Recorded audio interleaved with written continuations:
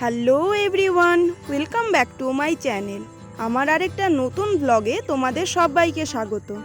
সেদিন আমি বাড়ির সামনে বসে বসে ভিডিওতে ভয়েস দিচ্ছিলাম, আর এই যে ইনি মানে আমি যেখানেই যাই, যেখানেই গিয়ে ভয়েস দিতে বা যে কোনো কাজে গিয়ে একটু বসলে মানে ওনাকে আসতেই হবে।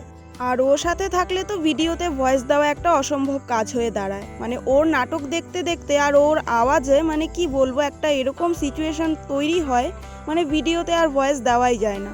ও তো আর আমার এখান থেকে যাবে না, তো শেষে আমাকেই বাধ্য হয়ে চলে যেতে হয়েছিল।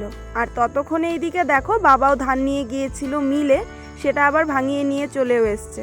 আর এই যে আমার হাতে দেখতে পাচ্ছ, এগুলো হচ্ছে ধানের ভুসি।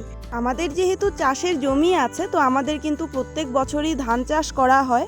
আর যতটুকু পরিমাণে ধান চাষ করা হয় আমাদের কিন্তু সারা বছর চলে যায় মানে বাড়ির ধান দিয়েই। বাজার থেকে কিন্তু আর এক্সট্রা করে চাল কিনে আনতে হয় না। যাই হোক, রাত্রেবেলা বাবা আবার মাছের ডিম আর মাছ নিয়ে এসেছিল। তো এখানে প্রথমে দেখো মা এখানে মাছের ডিমটা ভালো করে ধুয়ে নিচ্ছিল। তারপর একটা কড়ার মধ্যে জল দিয়ে তাতে নুন আর হলুদ দিয়ে কিন্তু ডিমটাকে সেদ্ধ করে দিচ্ছিল।